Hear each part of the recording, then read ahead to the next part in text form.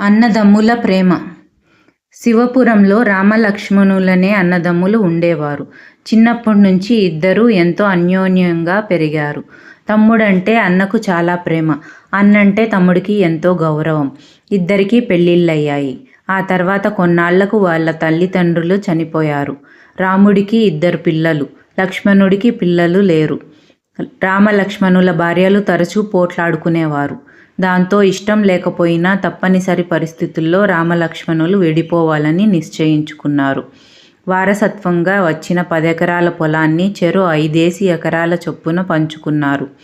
కుటుంబాలు విడిపోయినా అన్నదమ్ముల మధ్య ప్రేమానురాగాలు తగ్గలేదు.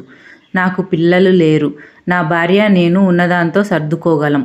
అన్నయ్యకు 2 పిల్లలు, ఉన్నదాంతో బతకడం అన్న కుటుంబానికి కష్టం అనే భావన లక్ష్మణుడికి ఉండేది. అందుకని పంట చేతికొచ్చిన ప్రతిసారి ఎవరూ లేని సమయం చూసి 10 బస్తాల ధాన్యాన్ని అన్న ధాన్యపు కొట్టులో వేసేవాడు. నా కొడుకులు ఏదో ఒకరోజు అంది వస్తారు. తమ్ముడికి పిల్లలు లేరు, వాడికి వయసు పెరిగే కొద్దీ బతుకు భారమవుతుంది అని ఆలోచించేవాడు రాముడు. అంతేకాదు, పంట చేతికి రాగానే తమ్ముడికి తెలియకుండా అతని ధాన్యపు రాశిలో 10 బస్తాల ధాన్యాన్ని వేసేవాడు. ఇలా ఒకరికి తెలియకుండా ఒకరు ఎదుటివారి ధాన్యపు కొట్టులో ధాన్యం వేయడం ఎన్నో ఏళ్లపాటు కొనసాగింది.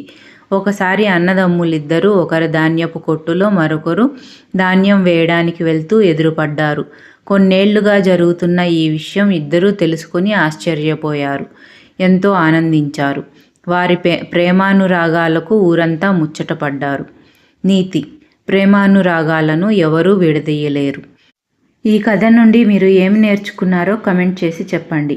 కథ నచ్చినట్లయితే లైక్ చేయండి, షేర్ చేయండి.